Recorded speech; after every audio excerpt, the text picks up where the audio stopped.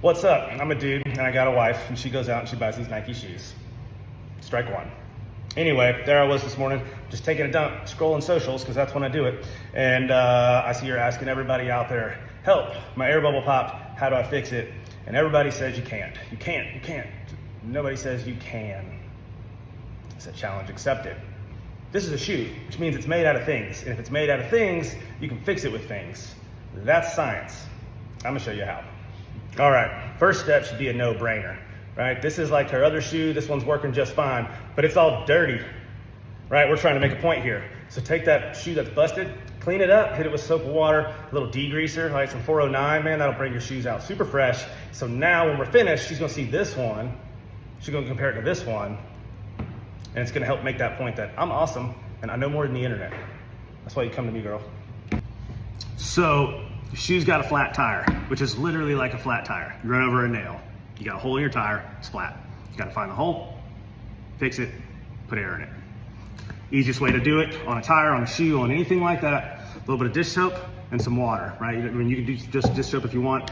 I mix up dish soap and just like an old water bottle, poke a little hole in the top. It's also a great way to make a squirt gun if your kids are eating at you. Find the bubble. All right, I already did most of the shoe, so I know like I'm not gonna waste your time. But when you put that dish soap on there, you go around and you squeeze. Oh look, we got some bubbles right there. Okay, we know that's the hole. Blip, blip, blip, blip, blip, blip. All right, see it right there? All them little air bubbles. Okay, so we found our hole. Now we patch it. All right, here's what we're gonna use. If you've ever patched a hole in a tire, got the little tire patching kit. This thing, you make your hole bigger, right? You find your hole, make it bigger.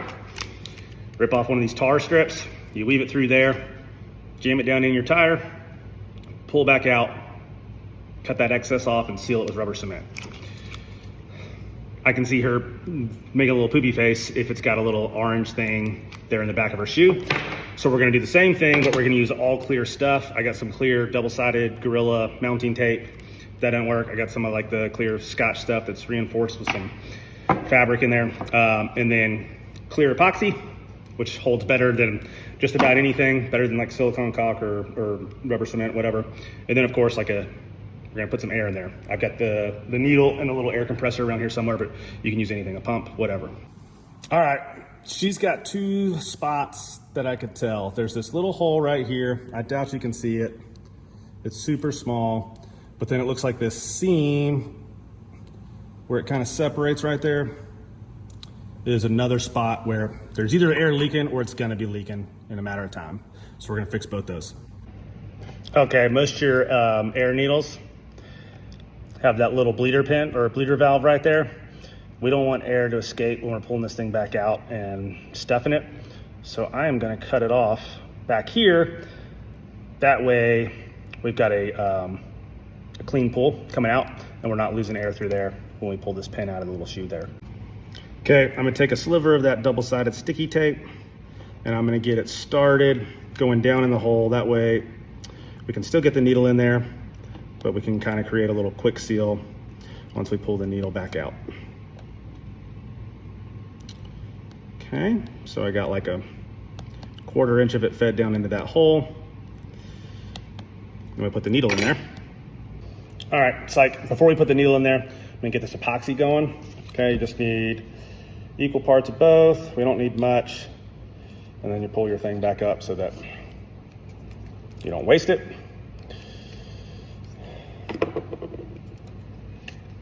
Blend them up with whatever. I've got these miniature Q-tips that just get used to fix weird things. Blend it up, but it's like a 5-minute set. We want to let it get like a little thicker before we fill it with air. That way, when we do put it on over that hole, it's already like tackier and more solidified. It's gonna make it harder for the air to get back out through it. All right, our epoxy's getting nice and sticky. So we're going to fill this buddy up.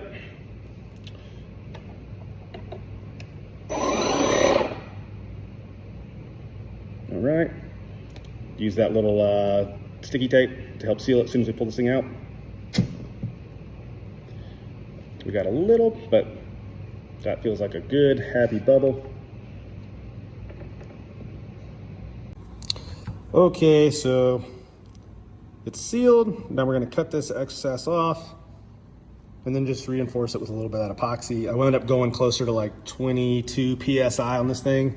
It just felt more like, more better. Felt like the other shoe, and springier. Okay, so being careful not to cut off any part of that that is actually serving the plug function. I'm just gonna cut excess back off. Clean it up, you know, that way it don't look like she's got a booger on her shoe from now on. Nobody wants that. Okay, so now we got a small, tiny little thing. And we'll leave enough up above the epoxy that once the epoxy sets, we can come back in and just like sand that part off and it'll look freaking brand new. Take some of our epoxy. It's kind of gotten a little bit thicker. We let it sit for a while.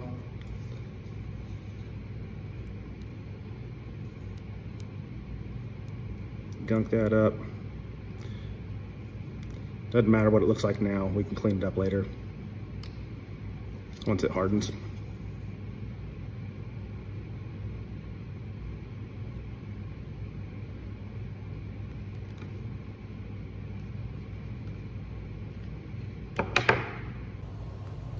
That's it.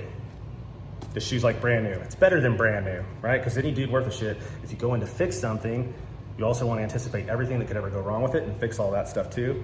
So I ran epoxy in all these seams that were about to come loose. They throw these things together, but that's the hole right there, right? So once it hardened, we just took took that straight blade, cut the excess off, and then took a little acetone, put some on a paper towel. That's how you get rid of that epoxy residue, you know, so that you don't just have like this big mark on the side. This shoe's great now.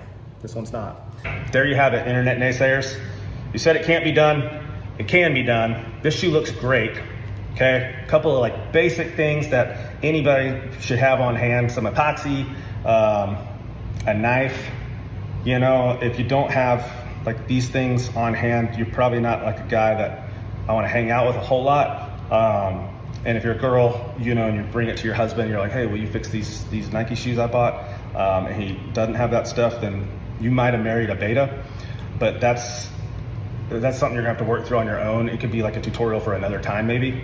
But I got a real happy shoe here. Does that mean I've got a happy wife now? Probably not. But I feel good about it. The biggest thing though that is kind of frustrating, okay, and I just want to hit on this real quick, is when we go about approaching a problem with the intent to fix it, because that just kind of implies like we want to get it back to the standard of performance that it was in. And that's just like kind of an underachiever mentality. So next time I want her to say that she wants her shoes upgraded, because I'm ready, okay? I got some valve stems sitting around here, right, for doing stuff like this. Right now, this shoe's probably at like 20 PSI, which is like what it comes at. But if she's got a workout, you know, where she's doing a bunch of double unders or box jumps and she wants to really boost those hops, once I get this valve stem in here, she'll be able to hook these kicks up to the air compressor, boost them up to like 35, 40 PSI, and I'm telling you, it's gonna take her performance to the next level. She don't realize it yet, but I'm always looking out for her, and I think that's something that she's gonna really enjoy. I'm just gonna have to do it another day because I got some other stupid crap around here that she bought that needs fixing. But it was good talk, y'all. I appreciate it, and I hope you have a great Tuesday.